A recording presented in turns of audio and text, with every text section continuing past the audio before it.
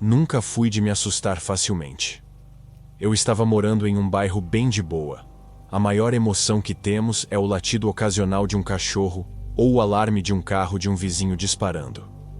Minha casa é pequena, de um andar, com uma varanda na frente e uma grande janela que dá para a rua. É aconchegante, segura. Ou pelo menos era o que eu pensava.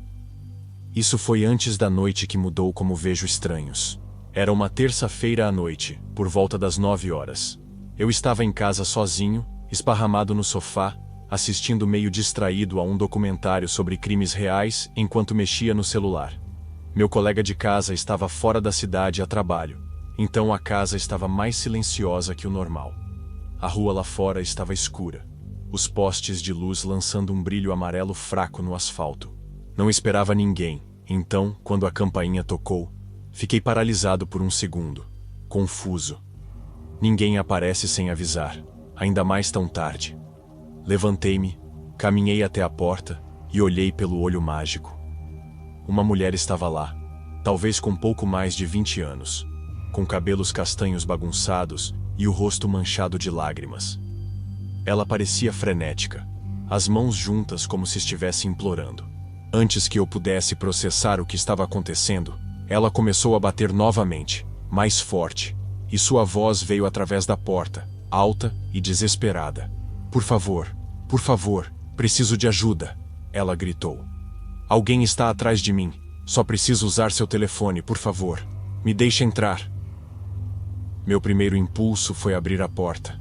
Ela parecia aterrorizada, e eu não queria ser o tipo de pessoa que ignora alguém em perigo. Mas algo me segurou. Talvez fosse o documentário que eu estava assistindo, ou talvez fosse só uma intuição, mas hesitei. Em vez de abrir a porta, gritei: "Calma, vou pegar meu celular. Pode me contar o que está acontecendo?" Ela não respondeu de imediato. Houve uma pausa, e então ela começou a bater na porta novamente, mais alto. "Por favor, só me deixe entrar. Ele está vindo. Não tenho tempo." Sua voz estava aguda agora, quase como se estivesse se exibindo, como se quisesse garantir que todos na rua a ouvissem. Foi quando comecei a me sentir inquieto. Por que ela insistia tanto em entrar? Por que não me contava o que estava errado pela porta? Peguei meu celular e disquei o número de emergência, mas não apertei para chamar ainda. Queria entender melhor antes de envolver a polícia. "Quem está atrás de você?" perguntei, mantendo a voz firme. "O que está acontecendo?" "Ele está lá fora", ela gritou. "Vai me machucar. Por favor, só preciso usar seu telefone." Fui até a grande janela ao lado da porta, que dá uma visão clara do quintal da frente e da rua. As cortinas estavam parcialmente abertas, então fiquei de lado, tentando não ser visto. Foi quando o vi. Um homem, parado logo além do alcance da luz do poste, perto da entrada da minha garagem. Ele era alto, usava um moletom escuro, o rosto oculto. Não se movia, apenas estava lá, observando a casa. Meu estômago se contraiu. Isso não estava certo. A mulher ainda gritava, sua voz ficando mais frenética. "Por que você não me ajuda? Estou implorando."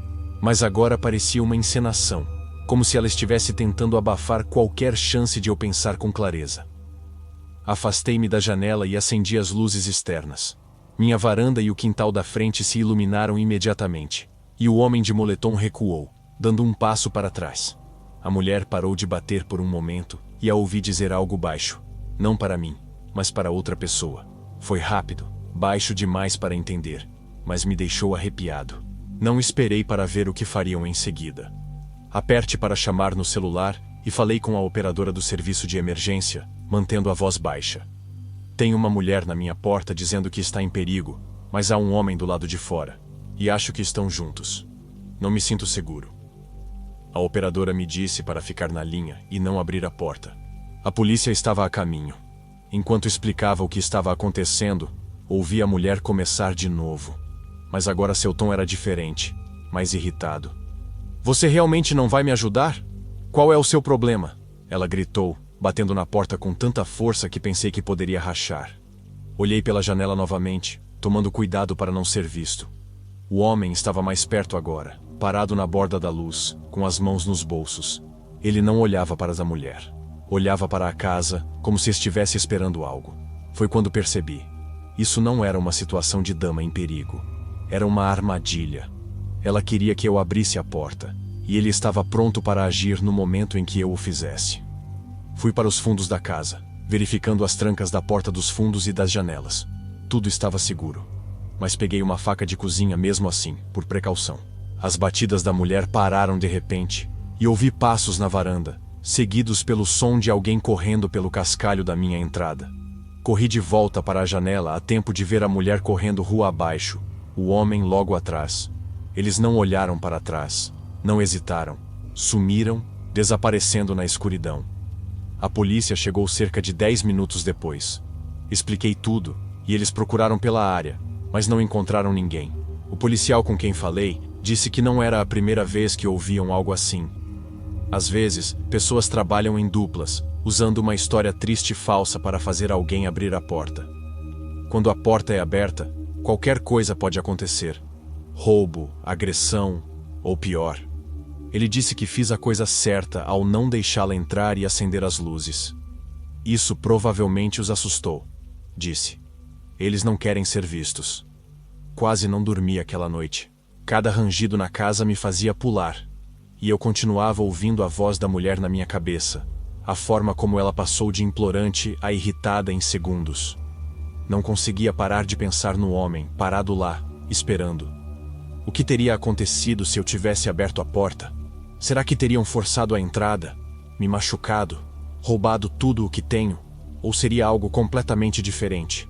No dia seguinte, instalei uma câmera de segurança e uma campainha com vídeo. Também comecei a manter um taco de beisebol perto da porta, por garantia. Meu colega de casa voltou alguns dias depois, e quando contei o que aconteceu, ele ficou tão abalado quanto eu. Concordamos em nunca abrir a porta para estranhos, não importa o quão convincente a história pareça.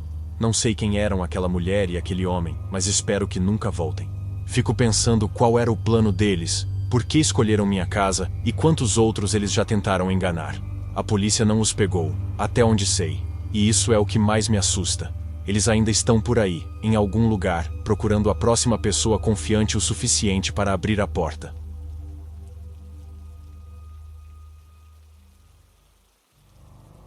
Mudei-me para minha nova casa há cerca de 6 meses, um lugar pequeno com 2 quartos em um bairro suburbano, onde as pessoas acenavam de suas varandas e as crianças andavam de bicicleta até as luzes da rua se acenderem.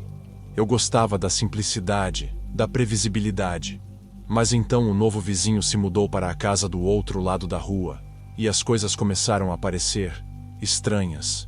Ele era um homem na casa dos 40 anos, talvez início dos 50, com cabelo grisalho ralo e o hábito de usar a mesma camisa xadrez desbotada todos os dias.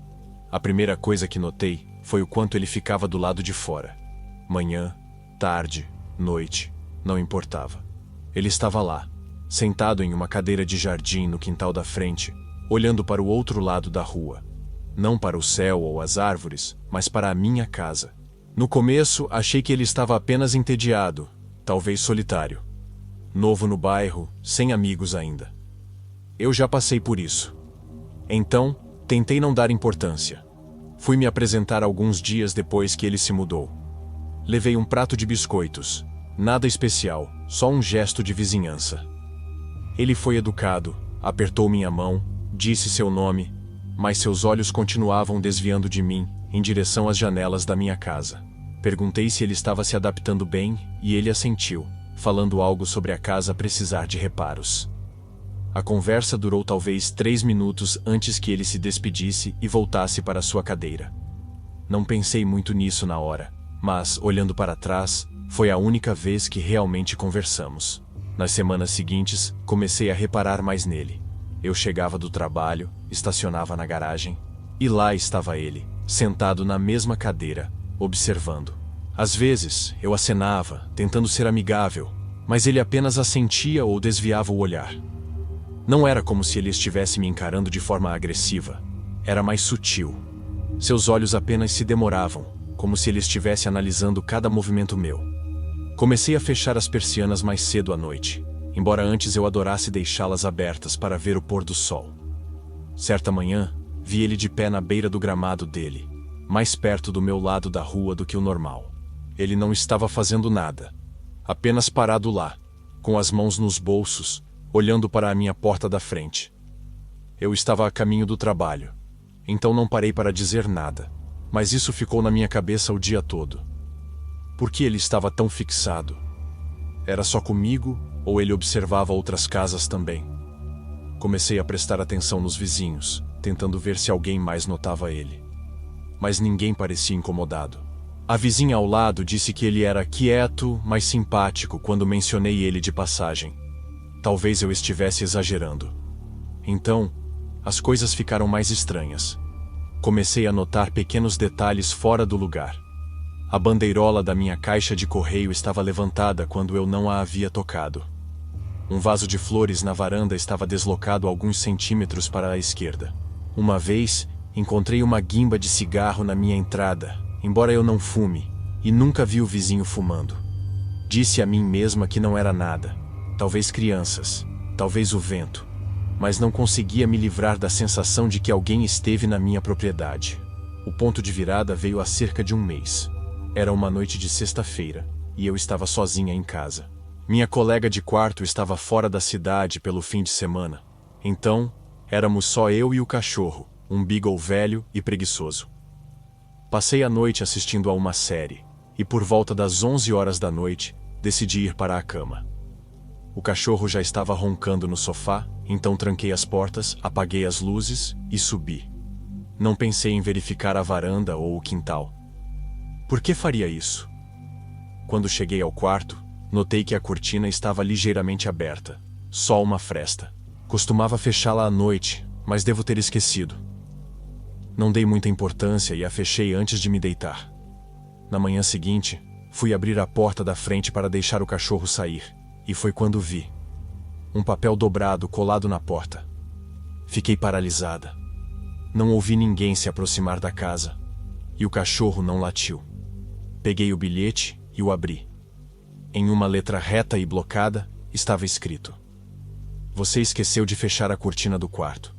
Fiquei lá, olhando para as palavras, minha mente a mil. O quarto ficava no segundo andar. Para saber que a cortina estava aberta, alguém teria que estar olhando para a minha janela. E para deixar o bilhete, essa pessoa esteve na minha varanda. Olhei para baixo e notei outra coisa: pegadas de sapato lamacentas nos degraus da varanda. Não eram minhas. Eu não usava botas há semanas. E os sapatos da minha colega estavam todos dentro de casa. As pegadas eram recentes, as bordas ainda nítidas. Quem deixou o bilhete esteve lá há pouco tempo, talvez até enquanto eu dormia. Voltei para dentro, tranquei a porta e liguei para minha colega. Ela ficou tão assustada quanto eu e disse para chamar a polícia. Chamei, mas não havia muito que eles pudessem fazer. O bilhete não era exatamente ameaçador, e pegadas não eram prova concreta. Eles fizeram um boletim de ocorrência, sugeriram que eu instalasse uma câmera de segurança e disseram que passariam pelo bairro com mais frequência.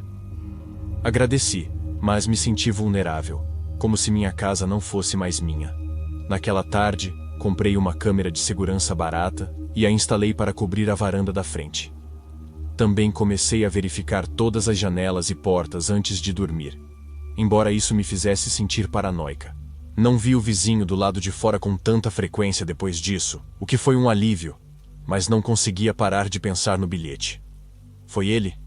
Quem mais poderia ser?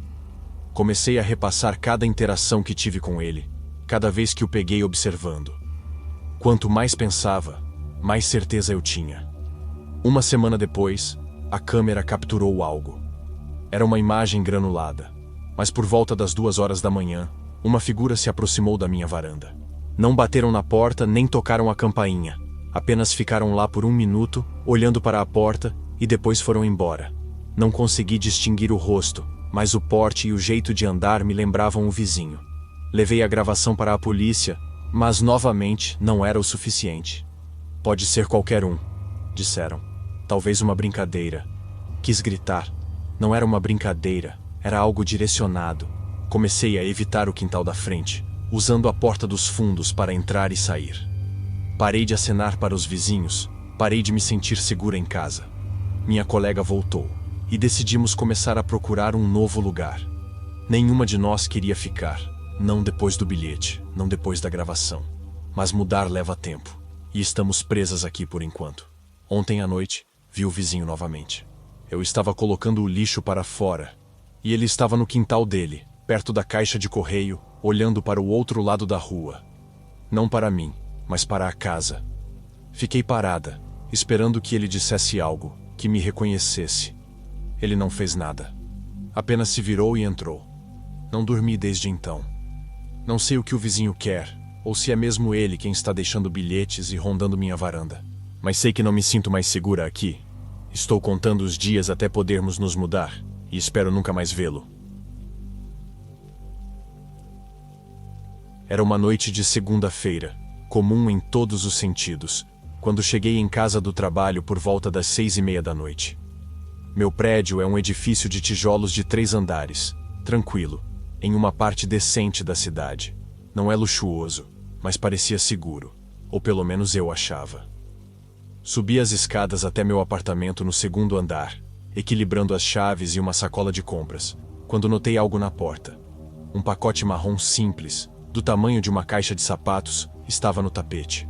Sem etiqueta, sem nome, sem endereço. Apenas uma caixa de papelão amassada e sem identificação. Olhei para os lados no corredor. Não havia ninguém. Pensei que talvez um vizinho tivesse deixado por engano, ou que fosse um erro de entrega. Empurrei a caixa para dentro com o pé, coloquei as compras na bancada e peguei uma faca para cortar a fita adesiva. Dentro, havia um único item. Um caderno espiral barato, do tipo que se compra por R$1 em uma farmácia. A capa era lisa, sem nenhuma escrita ou marca. Abri, esperando encontrar talvez rabiscos de uma criança ou uma lista de compras perdida, mas o que vi me fez parar. A primeira página estava cheia de uma caligrafia nítida e precisa. Dizia: segunda-feira, 7h da manhã. Sai para correr no parque, usa moletom azul, pega a trilha oeste. Minha respiração ficou presa. Eu corro quase todas as manhãs e uso um moletom azul. Virei a página com as mãos trêmulas. Terça-feira, 8h15 da manhã. Sai para o trabalho, tranca a porta 2 vezes, usa as escadas. Era exatamente minha rotina. Meus olhos continuaram. Quarta-feira, 6h45 da noite. Chega em casa, deixa a luz da cozinha acesa. E assim por diante. Página após página, descrevendo meus hábitos com uma precisão assustadora. Sexta-feira, 9h da noite. Assiste TV e deixa a janela do banheiro aberta. Fechei o caderno com força, meu pulso acelerado. Não era uma brincadeira. Alguém estava me observando, catalogando minha vida como se eu fosse um rato de laboratório. Coloquei o caderno na mesa e comecei a andar de um lado para o outro, tentando pensar. Quem poderia ter feito isso? Não tenho inimigos, nenhum ex com rancor, nenhum colega estranho. Sou apenas uma designer gráfica de 29 anos que vive uma vida reservada. Peguei o celular para ligar para a polícia, mas então me lembrei da última linha que li. Abri o caderno novamente, indo até a última página. Na mesma caligrafia cuidadosa, estava escrito: vejo você amanhã. Meu estômago revirou. Fiquei paralisada, as palavras se gravando na minha mente. Amanhã. Forcei-me a agir, verificando as trancas da porta. 2 vezes, como o caderno descrevia. Então fui ao banheiro, quase com medo de olhar. A janela acima da pia era pequena, mal dava para alguém passar por ela, mas eu sempre a deixava entreaberta para a ventilação. Inclinei-me sobre a pia e vi que a moldura estava torta, a fechadura forçada. Alguém tinha estado ali. Puxei a janela com força e a tranquei, minhas mãos tremendo tanto que mal conseguia segurar a maçaneta.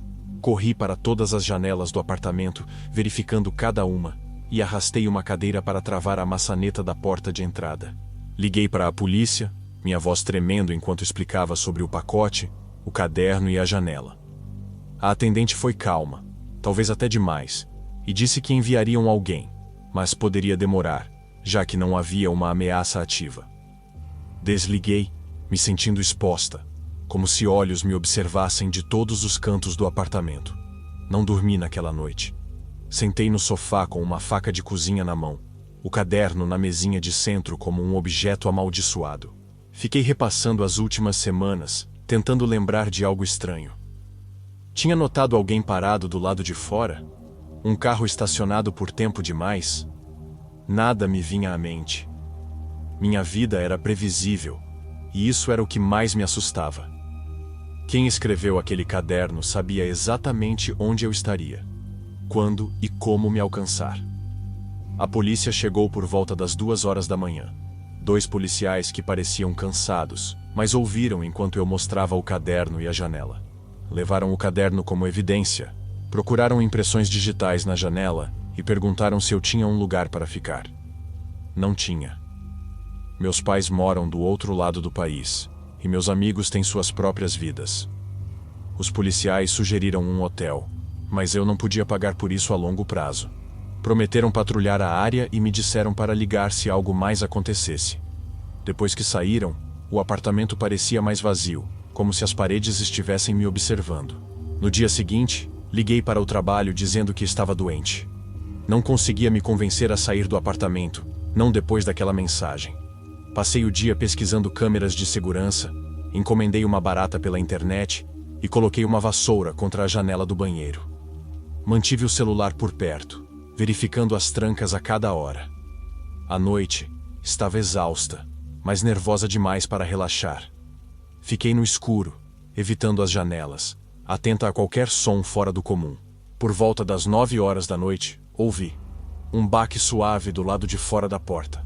Meu corpo ficou tenso. Peguei a faca e me aproximei da porta, olhando pelo olho mágico.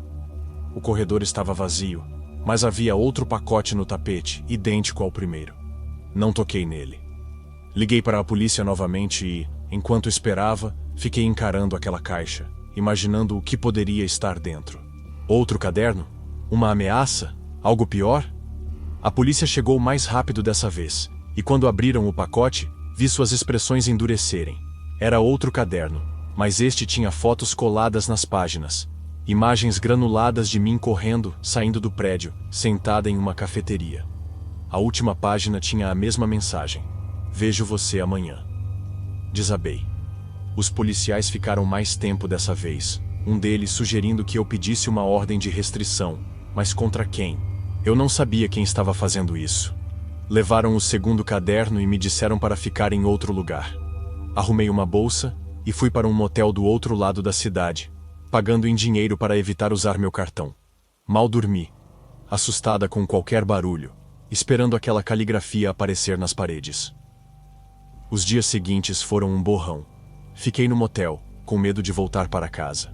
A polícia ligou dizendo que não encontraram impressões digitais ou DNA nos cadernos, e as fotos não mostravam o rosto de mais ninguém. Verificaram as imagens das câmeras de segurança do prédio, mas a do corredor estava quebrada, há semanas. Comecei a questionar todas as pessoas da minha vida. Seria o cara que sempre sorria para mim no parque? O funcionário da manutenção que consertou minha pia no último mês? Minha mente girava, vendo ameaças em todos os lugares. Eventualmente, precisei voltar para o apartamento. Não podia pagar o motel para sempre e tinha que trabalhar. Instalei a câmera de segurança, troquei as fechaduras e comecei a variar minha rotina, correndo em horários diferentes, tomando caminhos alternativos. Mas o medo nunca foi embora. Toda vez que chego em casa, verifico se há pacotes. Qualquer rangido no prédio me faz pegar a faca. Parei de usar a janela do banheiro, selando-a com fita adesiva. Já se passaram 3 meses e nenhum novo pacote apareceu. A polícia não tem pistas, e começo a me perguntar se algum dia me sentirei segura novamente. Não sei quem deixou aqueles cadernos ou por que pararam, mas sei de uma coisa: nunca quero vê-los novamente. Isso aconteceu há cerca de 2 meses, e eu ainda não consigo me livrar do desconforto que me causou. Moro em um lugar até que tranquilo, onde todos conhecem os carros uns dos outros, e nada demais acontece depois das 9 horas da noite. Minha casa fica no final de uma rua sem saída, com um pequeno quintal na frente e uma visão clara da rua. É um lugar calmo, ou pelo menos era, até aquela semana.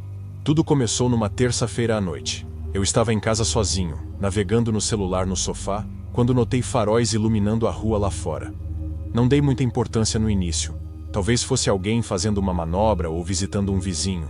Mas os faróis não se mexeram. Ficaram lá, parados, lançando uma luz constante sobre o meu gramado. Curioso, levantei-me e espiei pela persiana. Havia um carro estacionado bem em frente à minha casa. Um sedã escuro que eu não reconhecia. O motor estava ligado, e eu podia ver a silhueta de alguém no banco do motorista, apenas sentado ali. Pensei que talvez estivessem esperando por alguém, quem sabe perdidos ou verificando o celular. Mas 10 minutos se passaram, depois 20, e o carro ainda estava lá. Ninguém saiu, ninguém foi embora. A cabeça do motorista estava virada para a minha casa, e embora eu não pudesse ver seu rosto, parecia que ele estava observando. Tentei ignorar, dizendo a mim mesmo que estava sendo paranoico. Mesmo assim, tranquei a porta da frente e verifiquei a de trás, só por precaução. Por volta das 11 horas da noite, olhei novamente. O carro ainda estava lá. Agora, isso começava a me incomodar. Quem fica parado num carro por mais de 1 hora, sem fazer nada? Decidi dar uma olhada mais de perto. Peguei meu celular, pensando em tirar uma foto da placa, só por segurança. Assim que abri a porta da frente e pisei na varanda, o motor do carro roncou. Antes que eu pudesse focar a câmera, o sedã arrancou, os pneus cantando enquanto ele acelerava a rua abaixo e virava da esquina. Fiquei ali, com o coração acelerado, olhando para a rua vazia. Não consegui ver a placa nem o motorista. Voltei para dentro, tranquei a porta e tentei me acalmar. Talvez não fosse nada, disse a mim mesmo. Talvez fosse só um estranho fazendo algo sem sentido, ou alguém esperando por um amigo que não apareceu. Mas eu não conseguia afastar a sensação de que algo estava errado. Mal dormi aquela noite, sobressaltando-me a cada barulho na casa. No dia seguinte, contei ao meu vizinho sobre o ocorrido. Ele é um senhor mais velho, mora do outro lado da rua e sempre fica de olho no bairro. Ele disse que não tinha visto o carro, mas prometeu me avisar se notasse algo estranho. Senti-me um pouco melhor, achando que talvez fosse algo isolado. Mas, naquela noite, por volta das 8 horas, vi faróis novamente. Fiquei paralisado. Era o mesmo sedã escuro, estacionado no mesmo lugar. O motorista estava lá, como antes, imóvel, olhando para a minha casa. Dessa vez não esperei. Liguei para o vizinho e perguntei se ele podia ver o carro da janela dele. Ele confirmou que estava lá e disse que nunca o tinha visto antes. Ele sugeriu que saíssemos juntos para confrontar o motorista, mas eu não tinha certeza. E se fosse alguém perigoso? Em vez disso, liguei para a linha de emergência não urgente da polícia e relatei um veículo suspeito. O atendente disse que enviariam uma viatura quando fosse possível, mas poderia demorar. Enquanto esperava, fiquei observando o sedã por trás da persiana.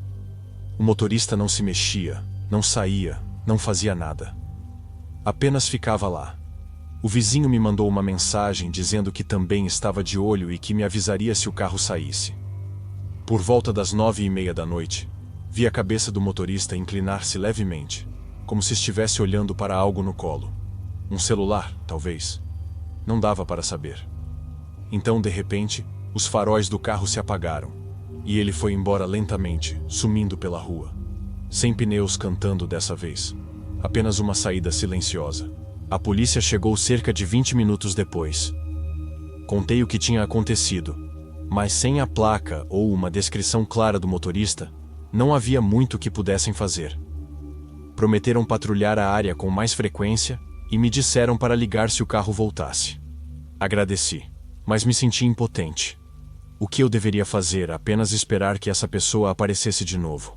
Na manhã seguinte, saí para verificar ao redor da casa, na esperança de encontrar alguma pista sobre o que estava acontecendo. Foi quando vi as pegadas. Estavam frescas, marcadas na terra macia ao lado da casa, indo do quintal da frente até os fundos. Paravam perto da janela do meu quarto e depois voltavam para a rua. Meu estômago revirou. Alguém tinha andado ao redor da minha casa no meio da noite, e eu não tinha ouvido nada. Liguei para a polícia novamente e mostrei as pegadas. Eles tiraram fotos e disseram que fariam um relatório, mas, sem mais evidências, não havia muito a fazer. Sugeriram que eu instalasse uma câmera de segurança, o que fiz no mesmo dia. O vizinho veio e me ajudou a verificar o resto da propriedade. Não encontramos mais nada. Sem bitucas de cigarro, sem lixo, Nada que indicasse quem era essa pessoa ou o que queria. Nas noites seguintes, mal dormi. Mantive as persianas fechadas, deixei todas as luzes externas acesas e chequei a rua obsessivamente. O carro não voltou, mas eu não conseguia relaxar. Cada barulho me fazia pular, cada farol que passava me deixava tenso. Comecei a me perguntar se eu tinha feito algo para atrair a atenção dessa pessoa. Será que me seguiram de algum lugar? Será que eu os conhecia? Revirei minha mente, mas não cheguei a nenhuma conclusão. As câmeras de segurança chegaram alguns dias depois, e eu as instalei com a ajuda do vizinho. Elas cobriam o quintal da frente, o de trás e as laterais da casa. Também coloquei uma luz com sensor de movimento no quintal dos fundos. Por um tempo, as coisas ficaram calmas. Sem carros estranhos, sem pegadas, sem nenhum sinal de algo fora do comum. Comecei a pensar que talvez tivesse acabado, que quem quer que fosse tinha desistido. Então, cerca de 2 semanas depois, recebi uma notificação do aplicativo das câmeras às 3 horas da manhã. Meu coração afundou enquanto abria o vídeo. Ele mostrava uma figura, borrada, mas claramente uma pessoa, andando ao lado da casa. Estavam usando um moletom com capuz, o rosto escondido, e se moviam rápido, mantendo-se perto da parede. O vídeo cortou quando saíram do quadro, e a luz de movimento não captou mais nada. Verifiquei as outras câmeras, mas elas não registraram nada. Liguei para a polícia novamente, mas quando chegaram, não havia ninguém por perto. Desde então, melhorei o sistema de segurança. Adicionei uma tranca reforçada na porta dos fundos e comecei a estacionar o carro na garagem. A polícia não encontrou nada e o carro não voltou, mas ainda sinto às vezes que estou sendo observado. Não sei quem era aquela pessoa ou o que queria, mas espero que nunca mais apareça.